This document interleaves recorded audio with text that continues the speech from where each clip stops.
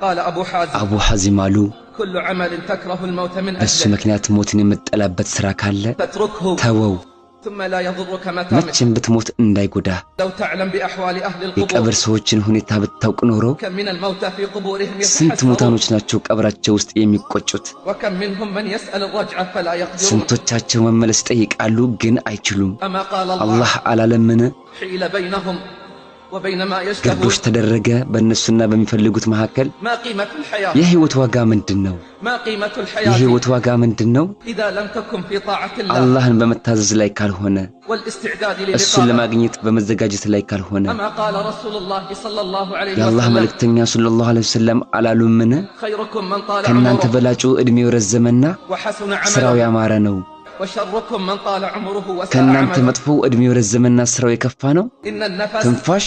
قد يخرج ولا ይወጣና يعود ላይ መለስ ይችላል وإن العين አይንም በርግጥ قد تطرف ولا تطرف الأخرى إلا بين يدي الله عز ዳግም وجل አላህ ዘንድ ካልሆነ ላትርገበገብ ትችላለች فليتك ምን አለ تقف على القبر ቀብር ላይ ብትቆም فليتك تقف ምን على አለ القبر ቀብር ላይ ብትቆምና وتذكر أقرانك الذين እነዛ ጓደኞችህን ብታስታውስ وتذكر أقرانك الذين مضوا እነዛ قبلك ካንተ በፊት የሄዱትን ጓደኞችህን ብታስታውስ تأمل أحوالهم تحت ቀብር التراب ውስጥ ያለውን ሁኔታቸውን አስተውል كيف تبددت أجزاؤهم في ቀብራቸው قبورهم ውስጥ አካላቸው እንዴት እንደተበጣጠሰ وكيف ترملت نساؤهم ሚስቶቻቸው እንዴት ብቻቸውን እንደቀሩ وتيتمت أولادهم من بعدهم ልጆቻቸው ከነሱ በኋላ የቲም እንደሆኑ وقسمت أموالهم ገንዘቦቻቸው እንደተከፋፈለ وخلت منهم مساجدهم ومجالسهم መስጂድና መቀመጫዎቻቸው ከነሱ ነፃ እንደሆነ وانقطعت آثارهم ፋናቸው እንደጠፋ وأنت على هذا الطريق تسير አንተ እዚህ መንገድ ላይ ትሄዳለህ والله በአላህ ይሁንብኝ لن تخرج الأرواح ሩህ አትወጣም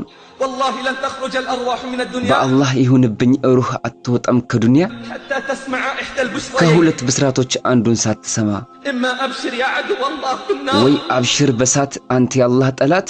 أو أبشر يا ولي الله ወይም አብሽር በጀነት አንተ ያላህ ወዳጅ فإن أردت حسن መጨረሻህ እንዲያምር فالزم الاستقامة ጽናትን ያዝ واعلم أنها أعظم الكرامة እሱ ታላቁ ከራማ እንደሆነ እወቅ وإياك والتسبيح አደራ አደራ ነገ ማለትን وطول الأمل ምኞት ማስረዘም فوالله أكثر بكاء أهل النار ወላሂ የሳት ሰዎች ብዙ ለቅሶ من سوف ولعل ቆይ وعسى አድርገዋል በማለት እየከጀሉ ነው اعلم بارك الله እወቅ فيك አላህ ይባርክህና أن كل شيء تفعله باختيارك ሁሉን ነገር በምርጫህ ታደርገዋለህ إلا الموت ሞት ሲቀር إلا ሞት الموت ሲቀር فلا خيار لك ستموت ምርጫ የለህም ትሞታለህ شئت ወደድክም أم أبيت ጠላህም قال الحسن ሐሰን አሉ فاتق الله يا ابن آدم ያደም ልጅ ሆይ አላህን ፍራ لا تجتمع عليك ሁለት خصلتان ባህሪዎች አይሰብሰቡብህ سكرة የሞት الموت ስካርና وحسرة الفوت والندامة የሞት ቁጭትና ጸጸት فيا لها من ምን ساعة አይነት ሰዓት ናት لا تشبهها ساعة እሷን የሚመስላት ሰዓት የሌለ يتألم فيها أهل በሷ التقى የተቋዋ ባለቤቶች ይሰቃያሉ فكيف بأهل الإضاعة የጎደሎ ባለቤቶችስ እንዴት ሊሆኑ ነው قال عبد الله بن العيسى አብዱላህ ኢብኑ አይዘር እንዲህ አሉ لا بد የግድ ነው لابن آدم من بيتين የአደም ልጅ ሁለት ቤቶች ይኖሩታል بيت على ظهر الأرض አንድ ቤት በመሬት ጀርባ وبيت في بطن አንድ الأرض ቤት ደግሞ በመሬት ሆድ ውስጥ فعمد إلى الذي على الأرض ወደ ምድሩ ቤት አቀናና فزخرفه وزينه አስዋበው አስጌጠው وجعل فيه أبوابا للشمال وأبوابا للجنوب ለሰሜኑም በር ለደቡብም በር አደረገበት وضع فيه ما يصلحه لصيفه وشتائه ለበጋውና ለክረምት የሚጠቅመውንም አስቀመጠበት ثم عمد إلى الذي في بطن በምድር الأرض ጀርባ ስላለው ቤት አሰበና فخربه ودمره አበላሸው አፈረሰው فأتى عليه آتي فقال አንድ ሰው መጣና አለው أرأيت هذا البيت ይሄን ቤት አየኸው أرأيت هذا البيت الذي أراك قد ይሄን أصلحته ያስተካከልከውን ቤት አየኸው كم تقيم ምን فيه ያክል ጊዜ ትኖርበታለህ كم ምን ستقيم ያክል فيه ትኖርበታለህ قال لا أدري አላውቅም አለ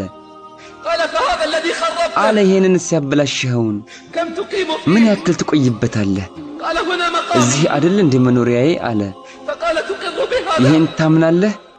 تقر بهذا وتدعي أنك ይሄን عاقل አምነህ ጤነኛ ነኝ እያልክ እየተቀበልክ ነው والله لو علم أهل በአላህ العافية ይሁንብኝ ጤነኛ ሰውነት ባለቤቶች ቢያውቁ ኖሮ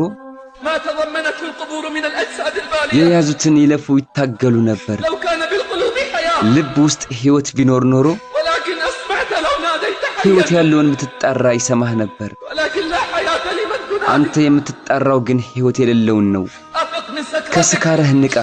قبل حسرتك ከቁጭትህ በፊት وتذكر نزور حفرتك وهجران ጉድጓድ ውስጥ መግባትንና ዘመዶችህን መተውን አስብ وانهض عن بساط الرقاد وقل أنا تائب ከእንቅልፍ ምንጣፍ ላይ ተነስ እኔ ተመልሻለሁ በል وبادر تحصيل الفضائل መልካም ነገሮችን ለመስራት ተቻኮል قبل فوت المطالب የምንፈልገው ከማምለጡ በፊት اسألوا المقابر عن سكانها መቃብሮችን ስለ ነዋሪዎቻቸው ጠይቋቸው اسألوا المقابر عن سكانها መቃብሮችን ስለ ነዋሪዎቻቸው ጠይቋቸው واسألوا اللحود عن أهلها ለህዶችንም ስለ ባለቤቶቻቸው ጠይቋቸው هل بعد الشباب إلا الهرم ከወጣትነት በኋላ ሽምግልና እንጂ ሌላ አለ እንዴ አኺራ ቲዩብ እስላማዊ ቻናል